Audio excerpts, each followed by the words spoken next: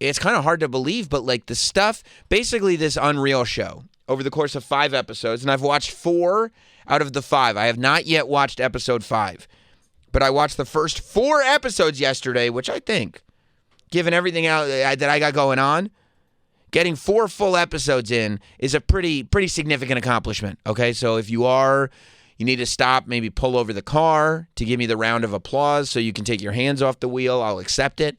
But seriously, it's basically... Oh, thank you. I appreciate that. I appreciate that very, very much. Watching it kind of goes from the Netflix premiere into WrestleMania 41. And already, when I think back on WrestleMania 41, it already seems like a long time ago, and it really wasn't that long ago.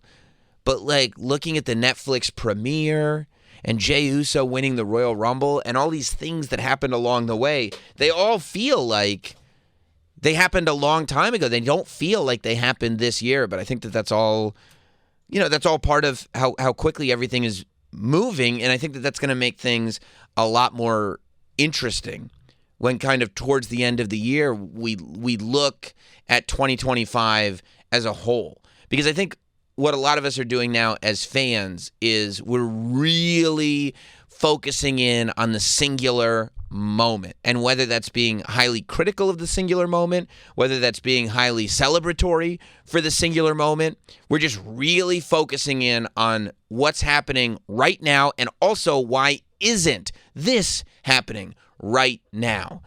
And I think that we'll probably get a clearer picture of what and why for a lot of stuff by the end of the year, when you can kind of look back on everything that happened. At least that's the feeling that I got when I was watching the Unreal show. And it gave you this opportunity to go like, okay, this is what was, and what I like about the show, and what's valuable about the fact that they are going into the writer's room, is that it's not all sort of talking head, which you can do when you're doing talking head, meaning, you're watching the documentary, and it's like if I pop up on an Iron Sheik documentary, and I'm talking to camera about the Iron Sheik. Well, I didn't do this when the Iron Sheik was still around. I didn't do this when Hulk Hogan won the WWE Championship from the Iron Sheik. I did this many years later. And we have the power of reflection for it. And you can do that a little bit even on a show like this, whether it's Bruce Pritchard or Triple H or Ed Koskey or CM Punk or whoever it is doing these interviews. Who knows when the interviews happened? When you can actually get quotes and audio and video from gorilla position, from before the show, from the writer's room. That's when you can kind of really get into the heads of the people making the decisions when the decisions were made and what was really going on. I think we assume a lot of information, when things happen on these wrestling shows. And I think it's fascinating to kind of watch the conversations happen and then to get this better idea of why they happened. I'll talk about the overall Unreal show at some point, but I thought, to me, the episode, 2 episodes so far have gotten me locked right in. I thought they did an excellent job on the first episode of kind of spelling out what everything is, giving you and it's I think really designed for a person that may not have ever watched WWE before. But it's also not like hit you over the head with a sledgehammer boring for those of us that have. A lot of these shows that are meant for an audience that is not a WWE audience will be like, a steel chair is used to get the advantage over an opponent, but watch out. If the referee sees, he'll disqualify you. And I'm going, I'm not getting anything. I'm not getting anything out of it. You don't need to, I'm not a baby. This isn't a show for toddlers. We kind of get it. Everybody has some semblance of wrestling knowledge. But I think, Triple H kind of setting up what WWE is, why people enjoy it, and what the goals are. Triple H and Michael Hayes, too. Michael Hayes is great on it, setting up like what the goals are for the reactions that they get, why they choose to do the things that they do. And then going over gorilla position and going over the earpieces and who they're talking to and why they're talking to and what they're saying and all that stuff, I thought did not overexpose the business at all, actually. I didn't have any sort of, the earpiece thing was a lot.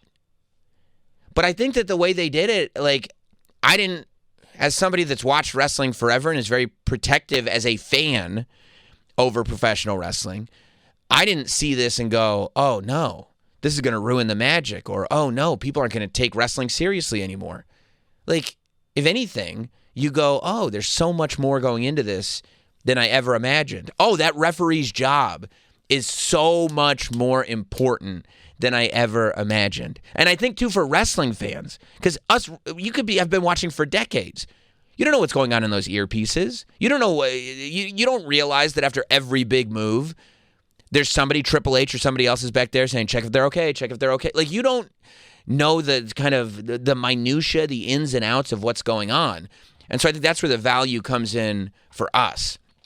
But the episode that I was really locked in on, and the episode that I want to talk about today, is Heel Turn. It's episode 4, which is the episode that chronicles the John Cena turn. And they really get into this John Cena turn, and I was very interested in this episode because this is really where, that moment is really where the WWE really starts to use Travis Scott in a significant role, much to the chagrin of some fans.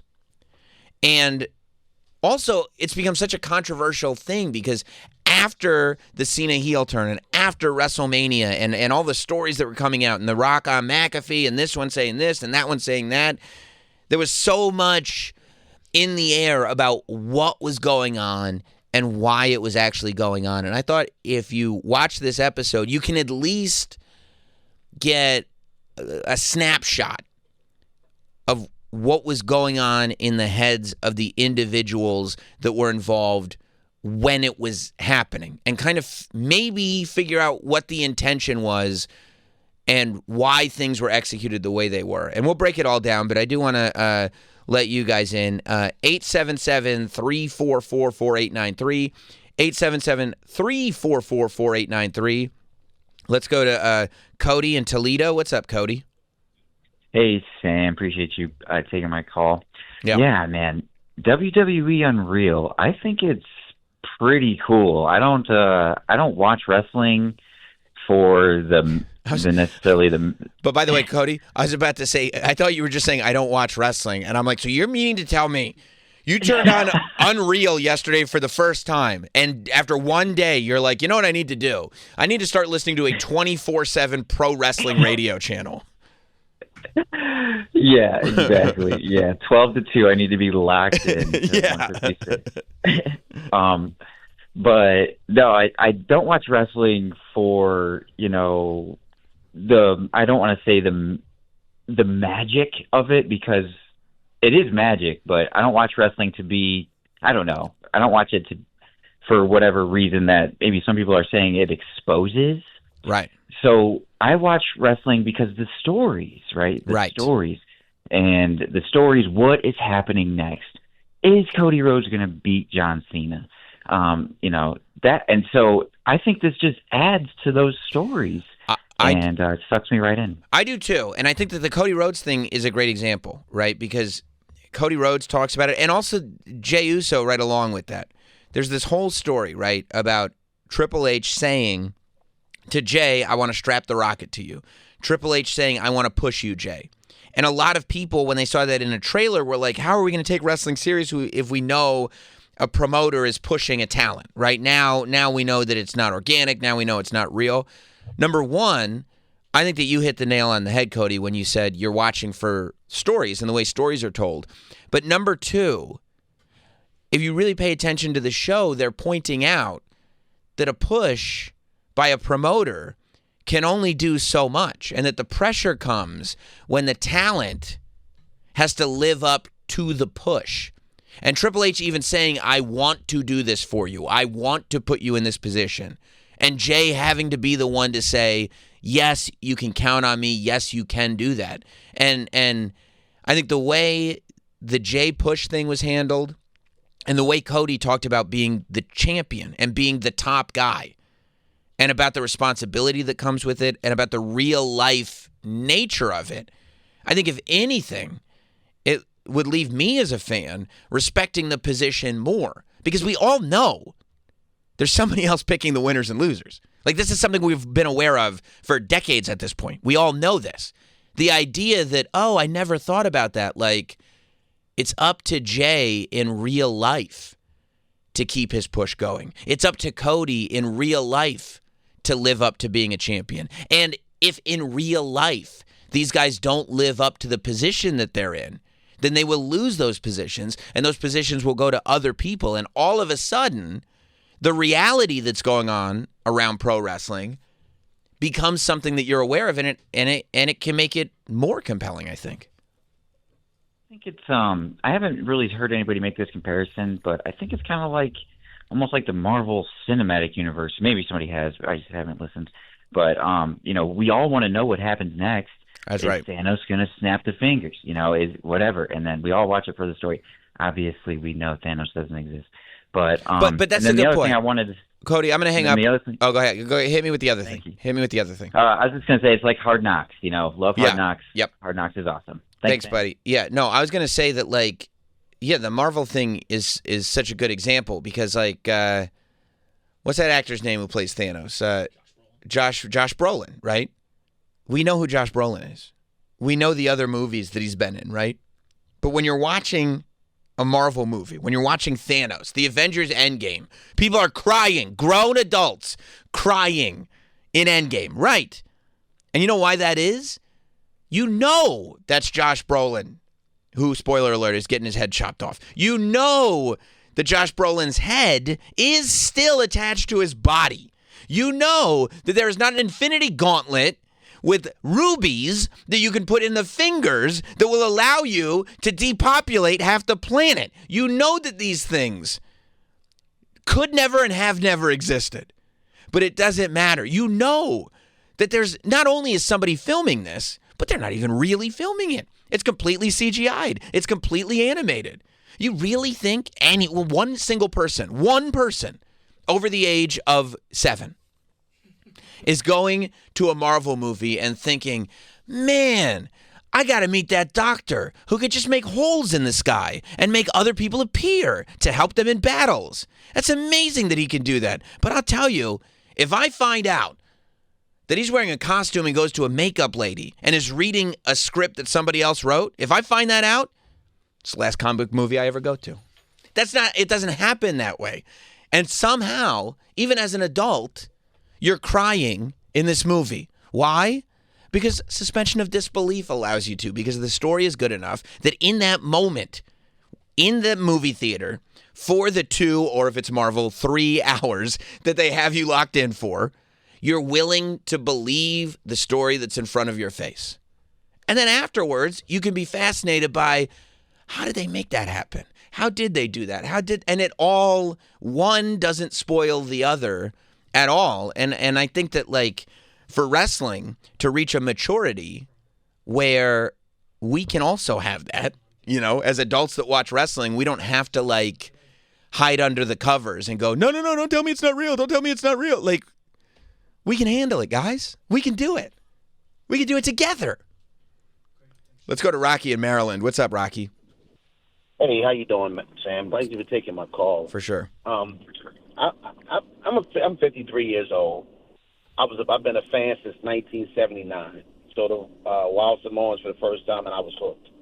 And my thing is that when I look at wrestling, I don't really want to know about. And this is me per se. I don't want to know how you pulled a rabbit out that. Okay, Rocky, I hear you. But you can leave him up, actually, in case he wants to dispute. But you listen to a 24-hour wrestling channel, right? Correct. Okay, and in the morning, you have some of the great professional wrestlers of all time on that morning show, right? Right. And on the Coach show after me, you got some great professional wrestlers on that show too, right? Right. And they're not talking to you. These aren't kayfabe shows. They're telling you what's really going on. They're telling you why they like things, why they didn't like things. They're telling you why this wrestler did that and why that wrestler did that. Like they're expressing themselves as fans, but like if I'm expressing myself as a fan, Dave LaGreca is expressing himself as a fan. When Tommy Dreamer then comes in and says, well, the reason you do this is because of that, and Bully comes in and says the reason you do that is because of this, we are soaking in why and how things happen. We're soaking all of it in all the time. Otherwise, I don't see how you could get anything out of this channel.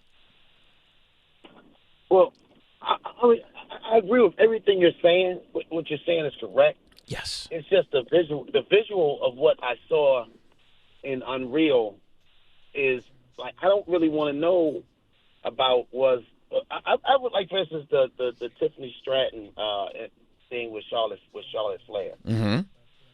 If I felt as though I would think that okay, that was she said that off script, Right? and it made and it kind of took Charlotte Flair out of her game. That was my train of thought, and I would rather have kept it that way, of thinking that.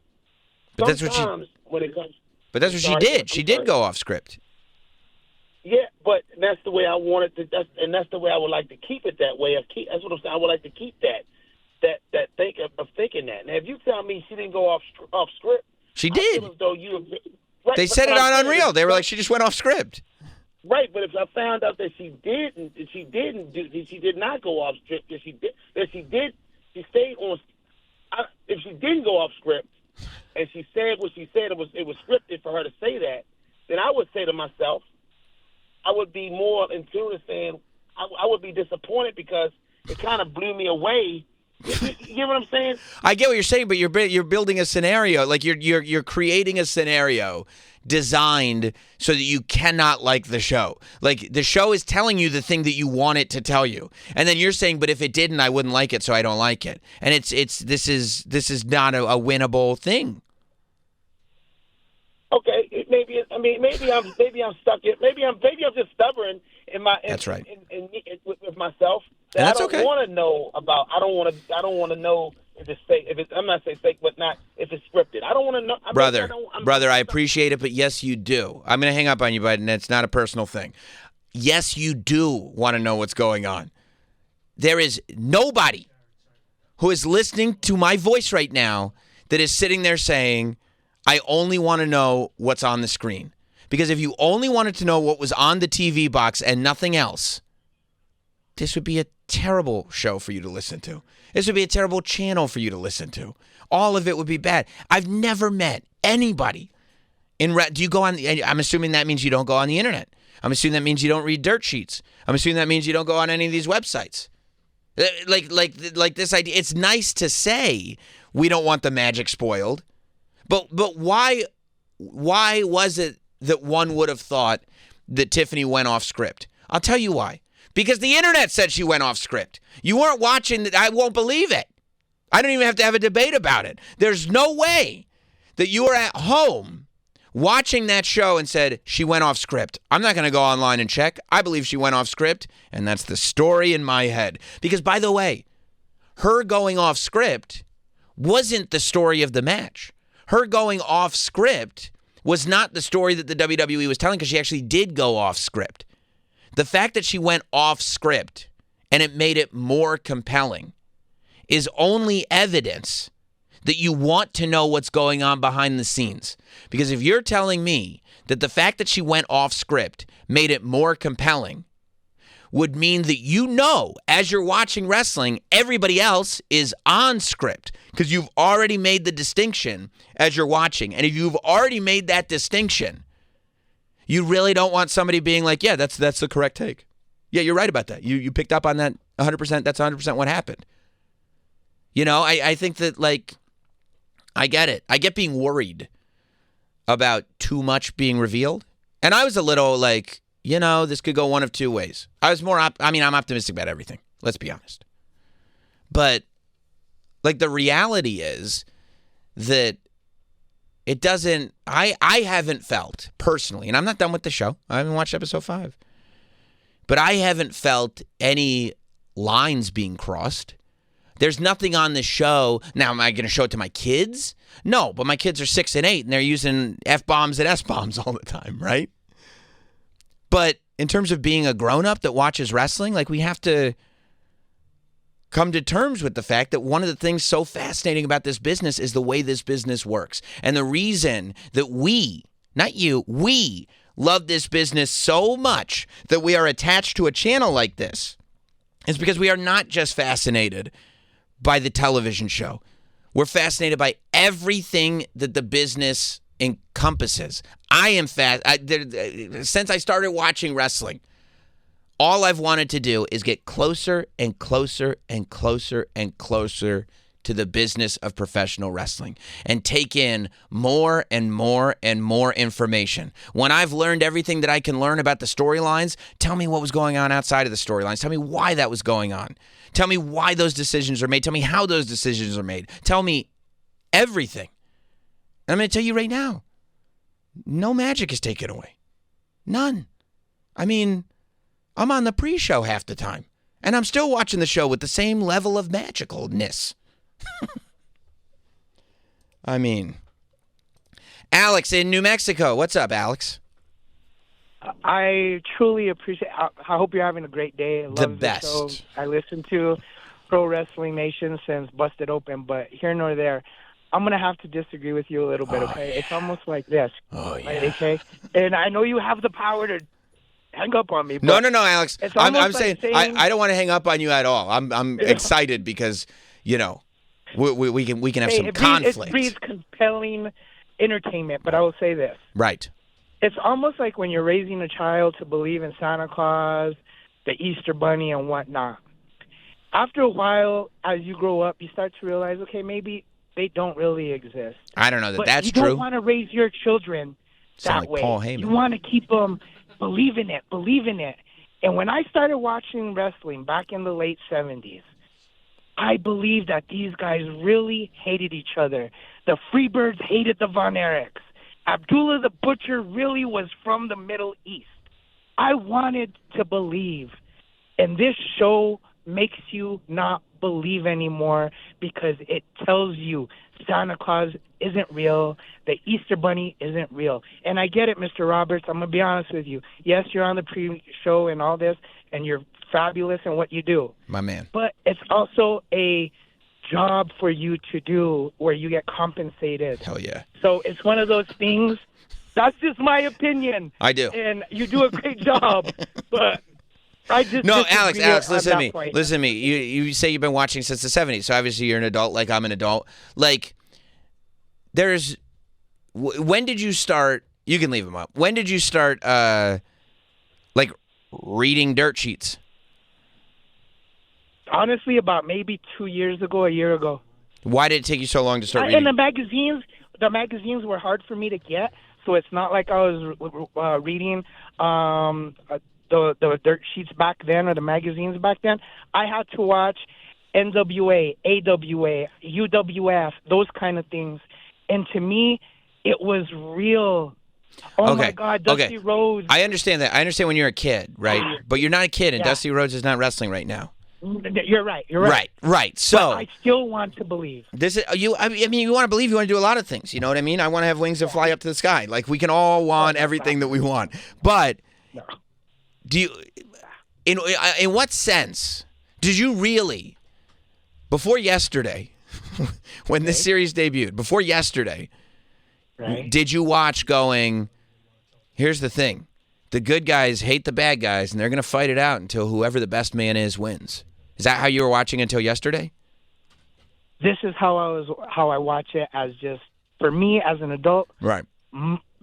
Male soap opera, mindless entertainment. Okay. I want to believe that LA Knight is really going to beat the shit out of Jay Uso or whoever. But brother, I got bad news. I got the worst news ever. Stuff. And I don't want to be the guy to tell you this. Soap operas are also not real. Soap operas are scripted. True, but these are actors. Watch it because you want to believe it is. Okay, but and I know it but is. guess what? There's all kinds of, like, every show, there's all kinds of, like, oh, here's some outtake. There are some television shows, right, where you watch the show, and then during the credits, the show's not even off the air yet. During the credits, they're showing bloopers. Bloopers. Yep. They messed up the lines, and they're showing you. And guess what? You still tune into the show next week. It doesn't spoil anything. You're still watching the show. You're still watching the magic, the story, however you want to describe it. I mean, it's one thing if they're like, I think that the thing is that you could say, well, I'd have to be dumb to believe in this after you've exposed it all. But the reality... Let me ask you this question. I was going to say... Let me ask you this question. Okay. You go to a good restaurant. Oh, yeah. And you're eating really good food. Delicious. Are you really going to know how the chef made that really good meal for you? Or are you just going to be in love with the fact you ate a good meal? This is going to blow your mind. Blow my mind. There's a whole network. It's called the Food Network? That's the network. That's the network. And they tell you how everything is made. They tell you all, and let me tell you something, too. Here's something you will not want to go into. There are these big buildings. They still exist. A lot of them are going away because of Amazon. But these big buildings, they're called bookstores. And there's a section, if you go in the bookstore, the sections are all dangling from the ceiling, right? And there's a section, and it'll say the word cooking over it. And if you go into there, shelves upon shelves upon shelves of books that are full of exact instructions on how to create those meals that you love so much. And I'm going to tell you this. You could read every book on that shelf, and it would still not take away the magic of your T-bone. No, it will not take away the magic and the flavor of that wonderful T-bone seasoned to perfection. Thanks, Mr. Roberts, right, man. bud. You're amazing. I appreciate it. Thank you. Let me get to some more of these before we go to break. Let's go to Mike in New Jersey. What's up, Mike? Hey, I'm just giving you a call. Thanks for taking my call, by the way. So I watched Unreal. I only watched the first episode last night, and I watched it with my girlfriend, who is not a wrestling fan at all. Netflix and I kind of wanted chill. kind of wanted to go over what her takeaway was from it, because she's watched wrestling with me before, but she's never really invested in it. And after watching the episode last night, she's like, "Oh wow, it almost seems like she's more invested in the person behind Rhea Ripley 100%. than Rhea Ripley." She's like, "Oh wow, she's like a real person. She has real feelings. She's like, she has these, anxieties and fears and desires." And she's like, "Now I could." Now all of a sudden she wants to come to my SummerSlam barbecue that I'm having with my uncle because she wants to watch. She's invested now. Yes, thank you, Mike. That's it. That's 100% it. You hit the nail on the head. People invest in human beings. And this idea that, not only is Rhea this amazing performer, not only am I captivated by Rhea's look and the way she presents herself, but I also have there's this humanity there. There's this thing that maybe she's more like me than I thought she was. Now I'm going to go support her. It'd be really cool. I've watched her on TV. It'd be really cool to see her in person. Oh, SummerSlam's in New Jersey? Oh, Rhea Ripley. I'd love to see Rhea Ripley get to perform. And all of a sudden, you got yourself a wrestling fan. John in Ohio. What's up, John? Hey, so growing up, I started watching wrestling at WrestleMania 3, and I have a cousin that's a couple years younger than me, so he started a little later. But eventually he grew out of wrestling, and he always messes with me about wrestling's fake and all this stuff. So I talked him into watching Unreal last night. He binge-watched it. And he told me this morning that he's going to give wrestling another chance because he didn't realize how much actually went into it behind the scenes until he watched that. Boom.